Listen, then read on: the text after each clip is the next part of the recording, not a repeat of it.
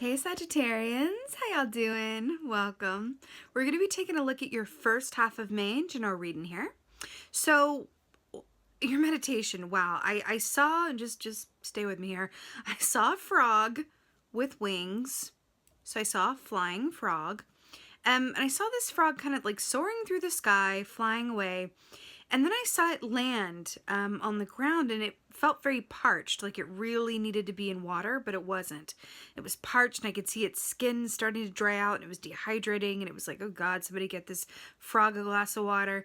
And then I saw the frog get catapulted into a body of water, and I saw it go down within the water, and it was like the wings were gone, but it felt completely at peace, well hydrated, subdued, relaxed, at just complete calm, happiness, peace under the water. You know, frog medicine is a lot about detoxification. This is interesting. It equates to the 10 of Wands in this way, which speaks of, you know, the kind of what we can get into when we're caring too much or doing too much, or don't balance what we're doing with enough rest, peace, stillness, hydration, vacation. And that's what's interesting that's coming up for you here. The first thing that I want to say to you is it's time for a vacation. Now here's the thing.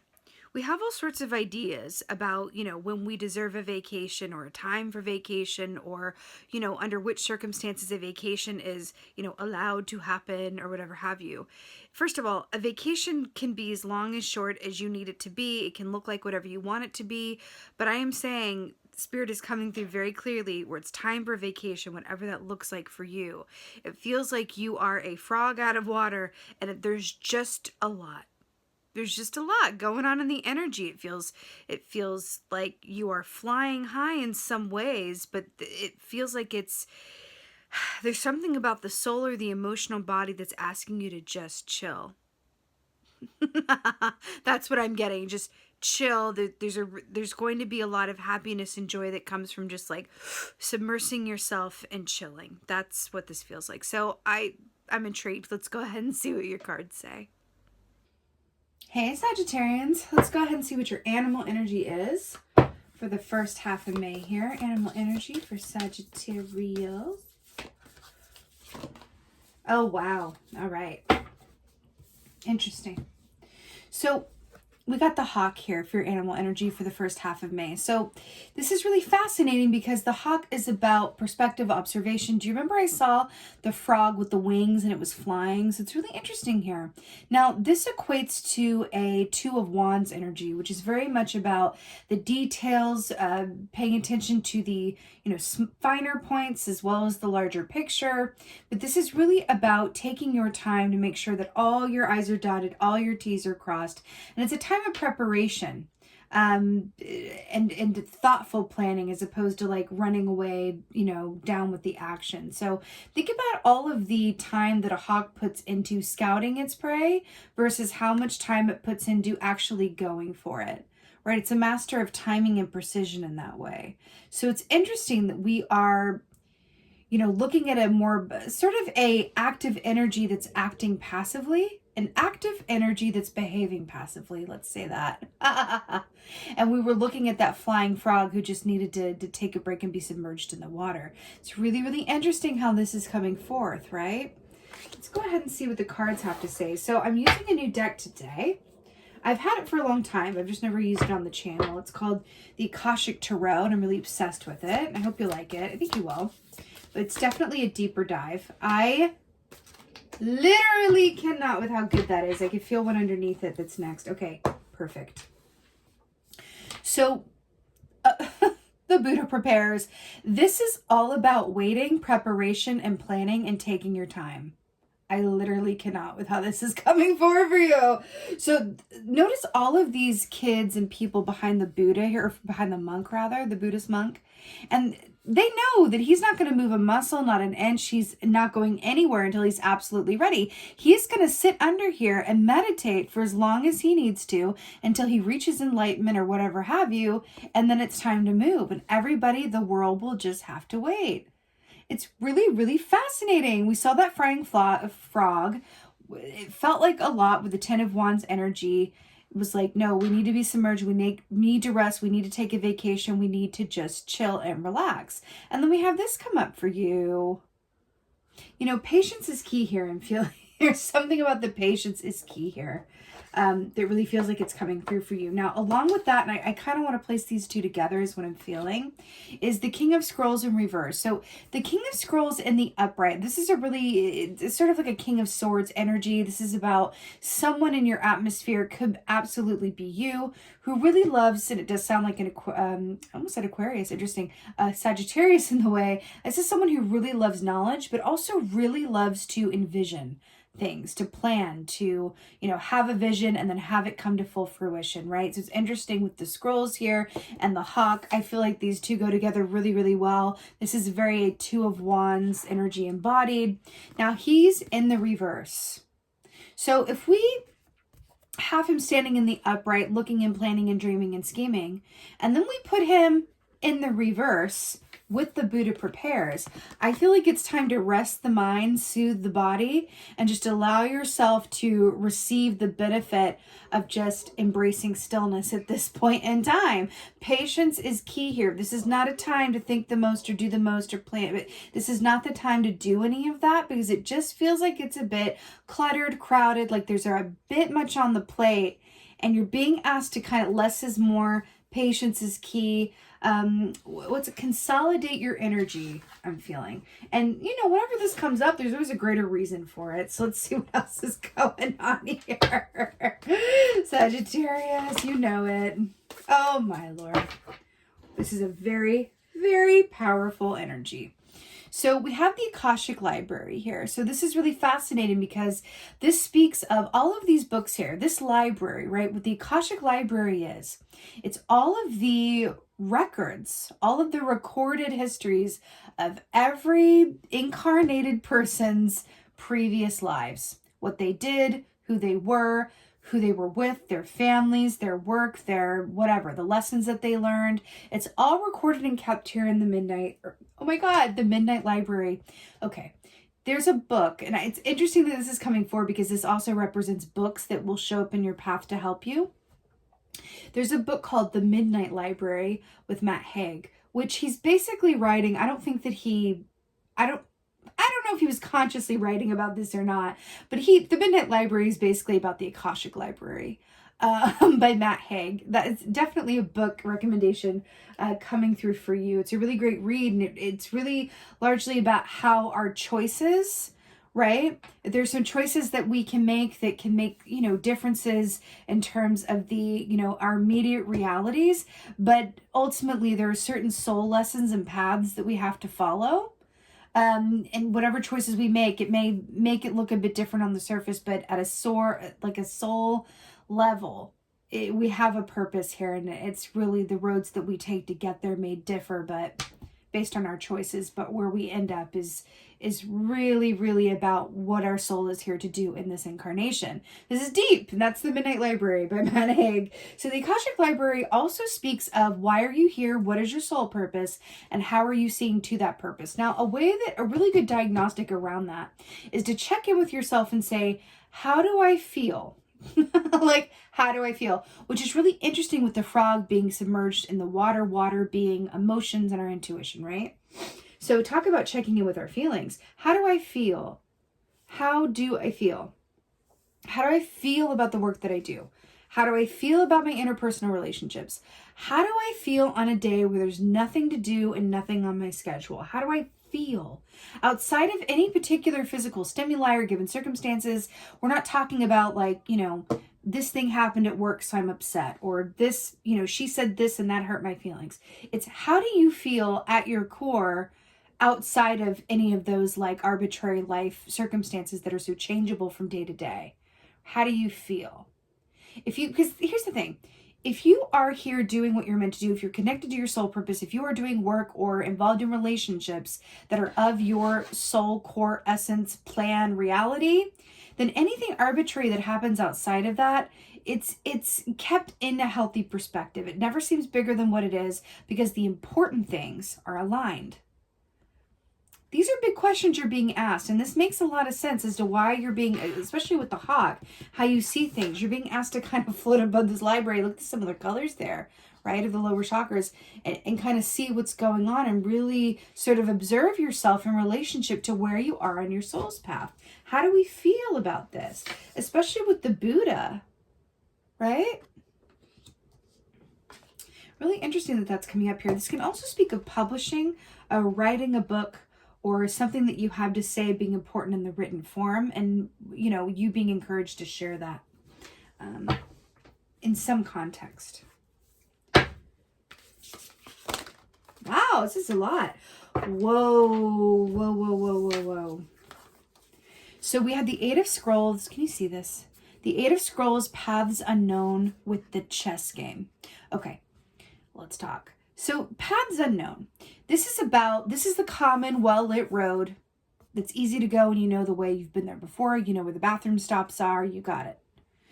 Then there's a path back here, which is a path towards the past, going back from whence you started, reliving old paradigms, all of that. Okay.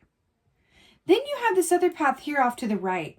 Now it's a future path, but we got a raccoon there, which represents hidden aspects, right?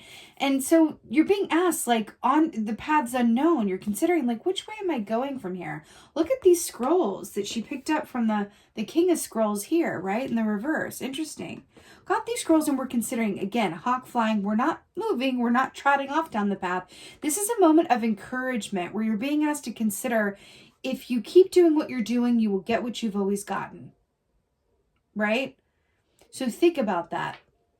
Also, there's this encouragement to take the less trodden path, because you, in taking the path that you've always taken, or taken the safe way or the safe route or the smart way, quote, you are cutting yourself off from some true surprises.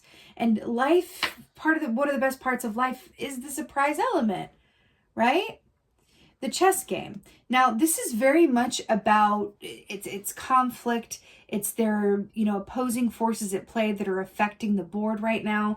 We have this queen here who's kind of toppled over on her side. Not a great position to be in. This feels a bit cattywampus in terms of things are being shifted around your board of life and karma and soul plan at the moment. So this is making sense with why you're being asked to submerge your frog body in the water, because things are being shifted and rearranged for you right now. And all you're being asked to do is not fight the tide and just allow yourself to be where you are, consider what's working for you, and then dream of what could be from a place of, if time and money were no object, what would I do? From a place of endless possibility, from a place of imaginative, vision. Wow, look at all this. It's interesting. Remember I saw the frog and the Ten of Wands? I was like, there's a lot going on. There's just a lot. And then we have, like, usually this is supposed to be 3 cards here. It's definitely 5. And it's only the first row. Yeah. All right. Clarifier for the Buddha Prepares and the King of Scrolls in reverse.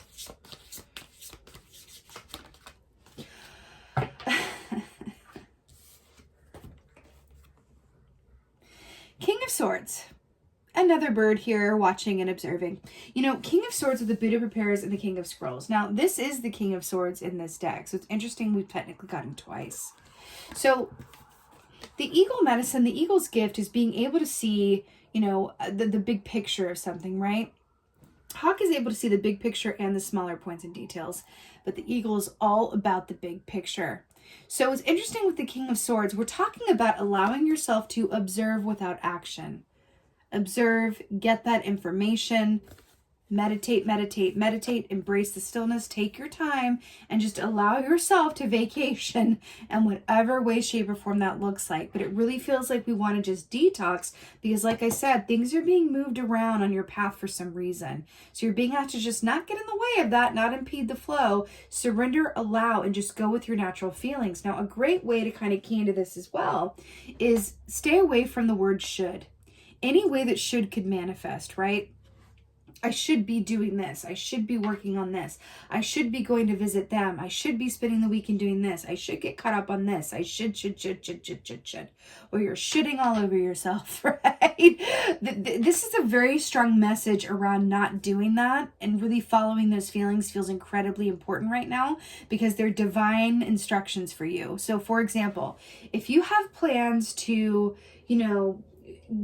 work on a given weekend and then you're going to go visit someone on Sunday, but then you wake up on that weekend and you're like, you know what? I feel like doing the exact opposite of what I had planned. That's King of Swords coming in. I feel like doing the exact opposite of what I had planned. I really feel like driving to this beach and being on my own and just sitting by the water and see where the day takes me. And I just feel like doing this other thing. In that moment, you have a choice. Paths unknown. Are you going to go stick to your plans and just like, no, I said I would, so I do it. No, I got to do this.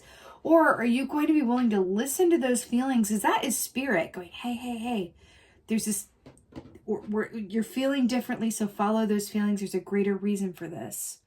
You don't have to necessarily see what it is, but the energy that you embody of I'm following my divinely guided feeling around things is going to align you within this chessboard a lot better than if you are fighting the tide and trying to move these chess pieces around from a place of obligation, which knocks you out of that feeling of the present moment and being in alignment, right? Akashic Library. Whatever you do is enough at this time. That is the overall message. Whatever you can do at this point, it's enough. It's more than enough. Okay? I keep seeing the words on standby. And there is a greater reason for it. Oh my God. I mean, how many different ways can we say the same thing?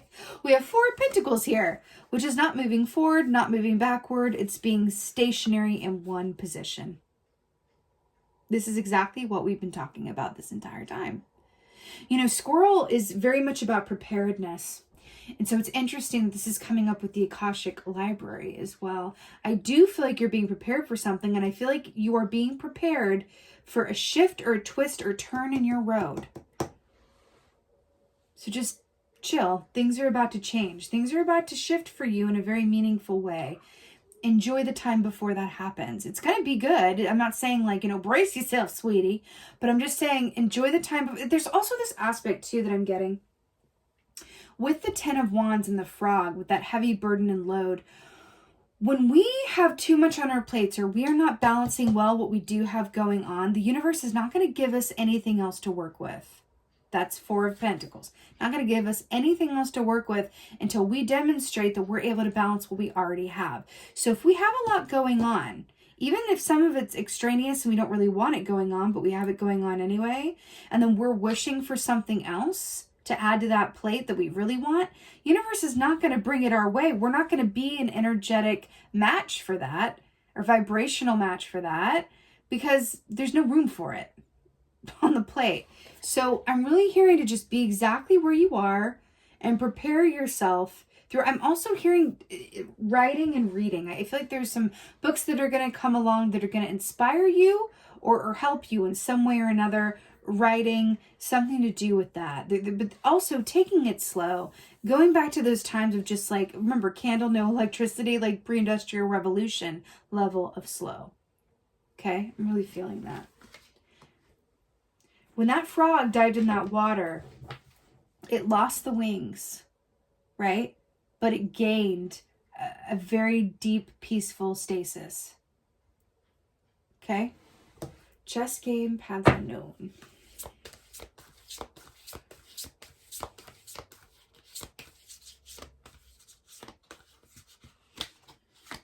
Ooh, didn't want to come out. Wow. So to clarify the chess game, 3 of keys and 8 of scrolls, paths unknown, we have the 4 of cups. This is a dissatisfaction with your lot in life. This is wishing things were different. If there was a sound effect for this key, it would be meh. This is a dissatisfaction and or a boredom. We have talked about this. This is really about things being shifted for you. And I feel like you're being asked to look at and consider what in your life can go. What in your given circumstances can change? This could be aspects of yourself that you're exhausted of. Worst case scenario thinking, or taking more on your plate than you can really handle, and having to, disappoint people or yourself. Whatever this is, more alone time, less alone time, whatever it is. It's kind of like figuring out your menu of like what's working in your given circumstance and what can be released that isn't working for you, to make room around this chessboard that is being shifted for you right now.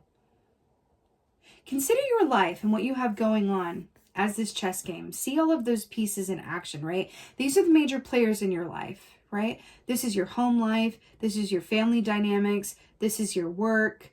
This is your recreation. This is your, your passion. This is whatever it is. Imagine all of those major factors that take up time of your life and experience, and then see them on a chessboard, right? See them on a chessboard. And then really think about what is just taking up space and not really serving you, and what can be knocked over and removed, right? To make room for more that is actually going to excite you and serve you. There's also this squirrel here with paths unknown, so you've gotten squirrel twice. Prepare for what you asked for. Prepare for what you wish for. Act as though it's coming. Make room. Okay? Feels important. Feels very important. Someone here is meant to be doing a line of work or a different line of work, or a slightly rearranged form of their work. And you're being asked to kind of wake up to that and give yourself time to really put into it. I feel like someone's a writer, or had dreamt of being a writer, or is afraid to share their writing, or something to do with writing books, something to do with that, or sharing a message of some sort. You're being encouraged to kind of like, sit with that and really sit with those feelings, and then allow them to shift within you and fall away. There's something about that for someone. Okay, let's go ahead and get an oracle. I'm feeling this one. Oracle for Sagittarius.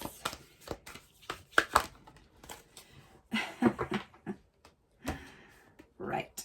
The Lady of the Mirror.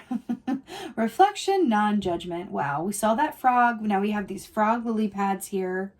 In the body of water here. So brilliant. Now, we also have a fairy with wings sitting by water. And it's all green. So I feel like this is directly reflecting your opening meditation. Reflection, non-judgment. Didn't we talk about seeing things and really looking at your circumstances, what is and isn't working, and being willing to move around whatever parts want to be moved? This is also the number 8, and then 4 plus 4 is 8. 8 is a number of monetary abundance and wealth. So I feel like there's something to do with the way that you earn, or how your views of abundance, or how that manifests for you. Because we also, with this 4 Pentacles, this also speaks of monetary abundance as well, and how material success is assured, right? It's just about, taking the time for letting those seeds really be sown and bear fruit and grow, right? Patience is the key here, absolutely. And allowing yourself to just be where you are in any given moment. That's the core of it. Allow yourself to be where you are in any given moment without thought for obligation or what you should be doing or whatever else have you. That feels like the key here. And I do feel like the greater purpose of this is your path is being rearranged and shifted in some very key ways. And I think I'm seeing something pretty funny. So there was this study done. Sorry, it's like an airplane going by. There was this study done where you probably heard this trope where, they have like a control group in a room, and they have a box of donuts out, and they say, these donuts are a day old, but we have a fresh batch coming in, 2 hours. You can either have these old ones or wait for the new ones. And then the people that go for the old donuts versus the people that wait for the fresh ones. Why does that feel so pertinent to this? Do you want the old donuts, or the donuts that are kind of, it's all right. It's still a donut after all. It's all right. Or do you want to wait? Do you want to practice patience and allow your chessboard to be realigned and shifted along this path so that you have more opportunities to manifest things that are outside of the reality that you've experienced up to this point? That's the question, okay? But you absolutely got this, Sagittarius. I'm sending you so much love and blessings for the first half of May. This does feel like it's more about the month of May. I think we'll be looking at the second, part of this aspect when I come back for the mid-month readings. But I really hope that this helps and resonates. If so, please do let me know in the comments below, because I absolutely love reading your comments. And with that being said, just thank you. Thank you so, so much for being here. And most of all, and as always, thank you for being you. And be well. Until next time.